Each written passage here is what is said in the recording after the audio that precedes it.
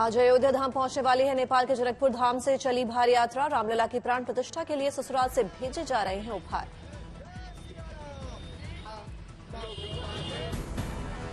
गोरखपुर पहुंचने पर भारी यात्रा का जोरदार स्वागत। उत्साह में दिखे भारत और नेपाल के श्रद्धालु। भारी यात्रा के गोरखपुर पहुंचने पर लोगों ने लगाए श्रीराम के जयकारे। अयोध्या की ओर रवाना की गई यात्रा। मिथिला की परंपरा के अनुसार 2 ट्रकों में भेजे जा रहे हैं सौगात और उपहार। भारत नेपाल सीमा पहुंचने पर भारी यात्रा का हिस्सा बने श्रद्धालुओं की जमकर हुई खातिरदारी। गाजे बाजे के साथ भारी यात्रा में शामिल हुए राम भक्त जमकर झूमे। पुष्प वर्षा के साथ किया गया स्वागत।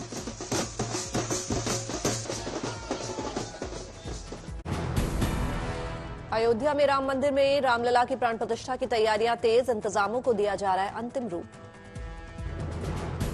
अयोध्या में सीता रसोई में मिलेगा श्रद्धालुओं को भोजन। बड़े पैमाने पर हो रही है तैयारी। 22 जनवरी को सीधे श्रीराम जन्मभूमि परिसर में भी उतर सकता है प्रधानमंत्री मोदी का हेलीकॉप्टर। की जा रही है वैकल्पिक व्यवस्था। 22 जनवरी को 85 प्राइवेट विमानों और हेलीकॉप्टर से अतिथियों के अयोध्या आने की संभावना। व्यवस्थित लैंडिंग और लोगों को मंदिर तक पहुंचाने के लिए गाड़ियों की हो रही है व्यवस्था। प्राण प्रतिष्ठा के बाद रामलला के दर्शन के लिए हर दिन 1 लाख लोगों के अयोध्या पहुंचने के आसार। मंदिर ट्रस्ट ने सरकार और प्रशासन ने उचित व्यवस्था का किया अनुरोध। प्राण प्रतिष्ठा समारोह के लिए अयोध्या में 3 दिन बंद रहेंगे रामलला के दर्शन। 20, 21 और 22 जनवरी को आम लोग नहीं कर सकेंगे दर्शन। 23 जनवरी से फिर से शुरू किए जाएंगे रामलला के दर्शन। नए गर्भगृह में होगी पूजा अर्चना।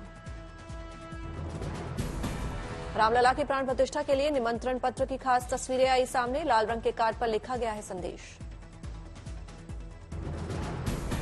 निमंत्रण पत्र में दी गई है राम मंदिर और श्रीराम से जुड़ी हर जानकारी। हर अनुष्ठान के बारे में है जिक्र। हर निमंत्रण पत्र पर दिया जाएगा QR कोड। सुरक्षाकर्मी से स्कैन करके करेंगे अतिथि की पहचान। रामलला की प्राण प्रतिष्ठा के लिए 4000 साधु संतों सहित 7000 से ज्यादा लोगों को दिया गया है निमंत्रण। हिंदी और अंग्रेजी दोनों भाषाओं में छपा है निमंत्रण पत्र। निमंत्रण पत्र के साथ खास पुस्तिका भी है शामिल। राम जन्मभूमि आंदोलन से जुड़े प्रमुख लोगों की तस्वीरें और उनके बारे में दी गई है जानकारी।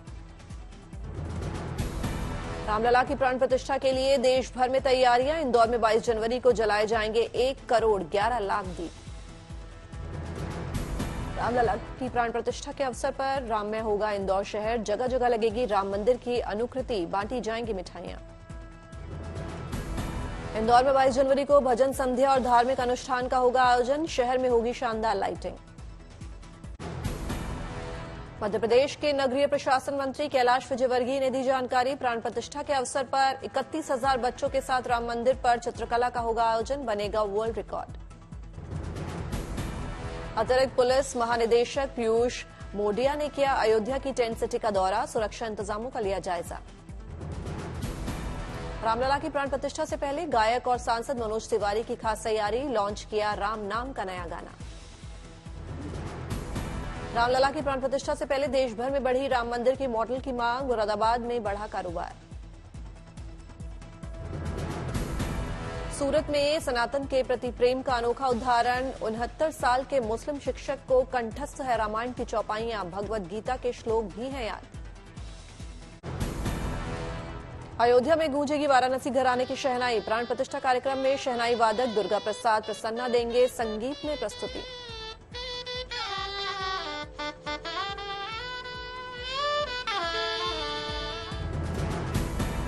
भोपाल में धोती कुर्ता पहने ब्राह्मणों ने क्रिकेट प्रतियोगिता में लिया हिस्सा। वैदिक मंत्रोच्चार के साथ हुई कमेंट्री। विजेता टीम को मिलेगा अयोध्या का टिकट।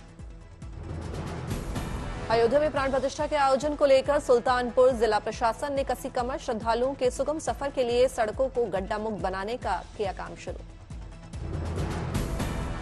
अयोध्या में तैयार होने वाले वैक्स म्यूजियम की मनमोहक तस्वीरें आई सामने। रामकथा पर आधारित होगा देश का सबसे बड़ा वैक्स संग्रहालय।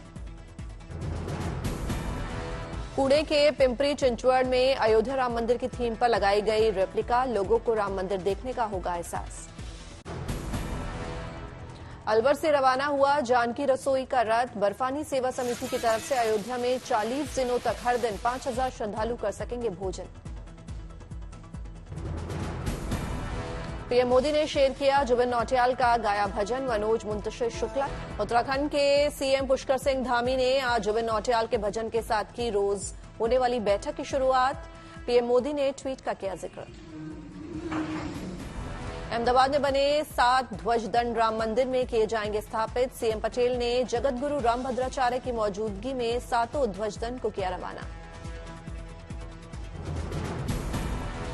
गुजरात के सीएम भूपेंद्र पटेल ने बजाया 450 किलो वजनी नगाड़ा। अहमदाबाद से अयोध्या के लिए रथ को दिखाई हरी झंडी।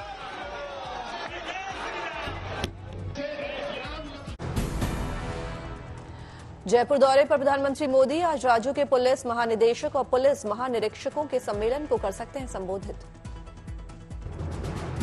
जयपुर में कल बीजेपी दफ्तर पहुंचे पीएम मोदी। पार्टी के पदाधिकारियों और नवनिर्वाचित विधायकों से की मुलाकात। भ्रष्टाचार और गुटबाजी से दूर रहने का दिया मंत्र। दिल्ली में बीजेपी मुख्यालय में आज अहम बैठक। पार्टी के विभिन्न मोर्चों के अध्यक्ष और प्रभारियों के साथ मंथन करेंगे अध्यक्ष जेपी नड्डा। दिल्ली में बीजेपी मुख्यालय में आज पार्टी के राष्ट्रीय महासचिवों की भी बैठक। लोकसभा चुनाव पर हो सकती है चर्चा।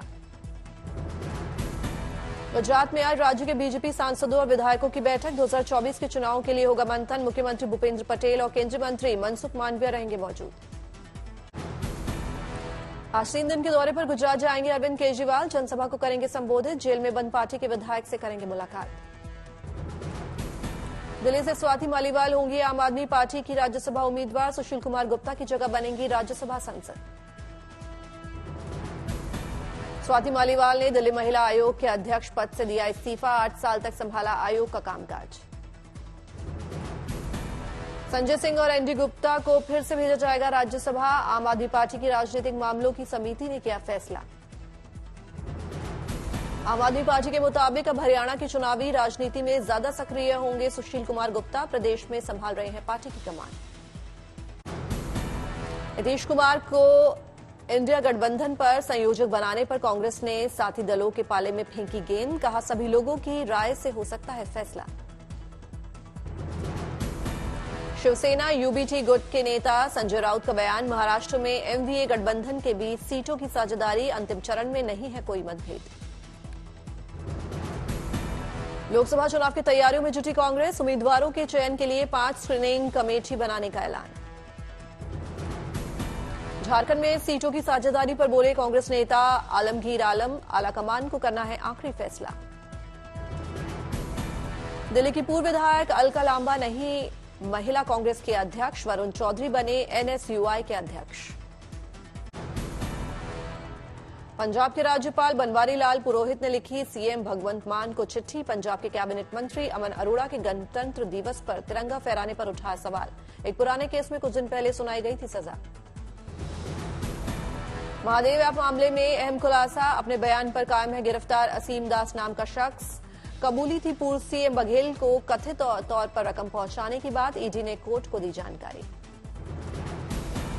कांग्रेस नेता केसी वेणुगोपाल ने चीनी राजनायकों के संघ मुख्यालय जाने पर उठाए सवाल। पूछा संघ से क्या है चीन का रिश्ता।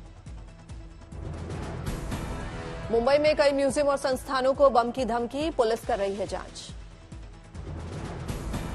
स्वच्छ भारत मिशन की नेशनल रैंकिंग में दिल्ली नगर निगम ने की शानदार कामयाबी हासिल। 1 स्टार गार्बेज फ्री सिटी की रेटिंग और ओडीएफ डबल प्लस सर्टिफिकेट। आज अपने मुकाम पर पहुंचेगा भारत का सौर मिशन आदित्य L1। सूर्य के लैग्रेंज पॉइंट 1 के आसपास एक हेलो ऑर्बिट में पहुंचेगा। आज शाम 4 बजे लैग्रेंज पॉइंट 1 के हेलो ऑर्बिट में होगी आदित्य L1 की एंट्री। 40 दिन के सफर के बाद हासिल होने जा रहा है मुकाम। 2 सितंबर को इसरो के श्रीहरिकोटा अंतरिक्ष केंद्र से लॉन्च किया गया था आदित्य L1 और कक्षा में पहुंचने के लिए तय की 15 लाख किलोमीटर की दूरी। आदित्य L1 पृथ्वी और सूर्य के बीच निष्क्रिय गुरुत्वाकर्षण वाले क्षेत्र में करेगा प्रवेश। लगाएगा सूर्य के रहस्यों का पता। सौर वायुमंडल को समझने का प्रयास करेगा आदित्य एल1 और तूफानों के आने की वजह सौर लहरों और धरती के वायुमंडल पर उनके असर के साथ साथ सूरज के कोरोना से निकलने वाली गर्मी और गर्म हवाओं की स्टडी करेगा। दिल्ली और आसपास के इलाकों में आज भी रह सकती है कोल्ड डे की स्थिति, मौसम विभाग का अनुमान। कड़ाके की ठंड के आगोश में है दिल्ली, देर रात हर तरफ दिखा सख्त सर्दी का असर। आज दिल्ली में 9 डिग्री दर्ज किया जा सकता है न्यूनतम तापमान, अधिकतम तापमान 15 डिग्री तक रहने के आसार। दिल्ली और आसपास के इलाकों में कल दिख सकता है घना कोहरा, 9 जनवरी को बारिश के आसार। अयोध्या में भी चल रही है शीतलहर, घने कोहरे के कारण सफर मुश्किल। महाराष्ट्र के छत्रपति संभाजीनगर में देर शाम जोरदार बारिश, शहर में यातायात हुआ प्रभावित। उत्तराखंड में मानसून के बाद की बारिश में 52% कमी, खेती को हो सकता है नुकसान। ब्रिटेन के कई इलाकों में भारी बारिश के बाद सैलाब की स्थिति, ट्रेंट नदी में उफान, सड़कों पर चल रही हैं नावें। फिनलैंड में 25 साल में पहली बार -44 डिग्री के रिकॉर्ड स्तर पर पहुंचा न्यूनतम तापमान, उबलता हुआ पानी बर्फ में हो जा रहा है तब्दील। उत्तरी मैसिडोनिया में छाया घना कोहरा, धुंध के कारण लोगों का जीवन मुश्किल। यूरोप में सबसे ज्यादा प्रदूषित है ये इलाका। एनसीसी के गणतंत्र दिवस शिविर में पहुंचे उपराष्ट्रपति जगदीप धनखड़, महिला कैडेट्स की बढ़ती सहभागिता की तारीफ की। 23वें आईसीएसआई नेशनल अवार्ड समारोह में शामिल हुए speaker Om Birla, corporate governance में उत्कृष्टता के लिए दिया सम्मान। श्री आदिनाथ प्रसन्न मंदिर पहुंचे गोवा के सीएम प्रमोद सावंत, भक्ति भाव से की पूजा अर्चना। मध्य प्रदेश के रीवा में सीएम मोहन यादव ने दी सौगात, विकास योजनाओं का किया शुभारंभ। आफ्टर वीकेंड समारोह में शामिल हुए दिल्ली के स्वास्थ्य मंत्री सौरभ भारद्वाज, कहा हंसी में होती है सभी को एकजुट करने की शक्ति।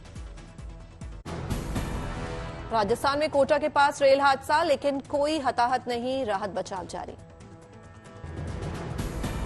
कोटा जंक्शन के पास जोधपुर भोपाल पैसेंजर ट्रेन की 2 बोगियां पटरी से उतरी, हादसे की हो रही है जांच।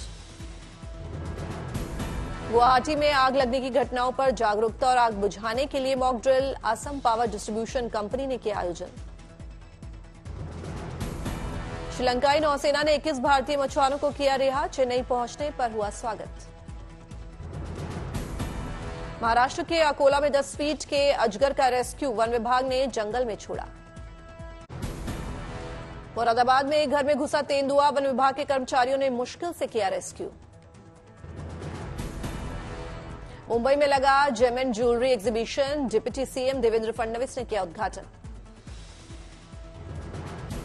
गंगोत्री धाम से बाबा बैद्यनाथ धाम पहुंचा 5 पुरोहितों का दल। भोलेनाथ का गंगोत्री के जल से अभिषेक करने के लिए 28 अक्टूबर से शुरू हुई थी 1850 किलोमीटर की पैदल यात्रा। उत्तराखंड के रुद्रप्रयाग में दीवारों पर उकेरी जा रही हैं चारधाम यात्रा के बारे में महत्वपूर्ण जानकारियां, गाय के संरक्षण के लिए भी तस्वीरों के जरिए किया जा रहा है जागरूक।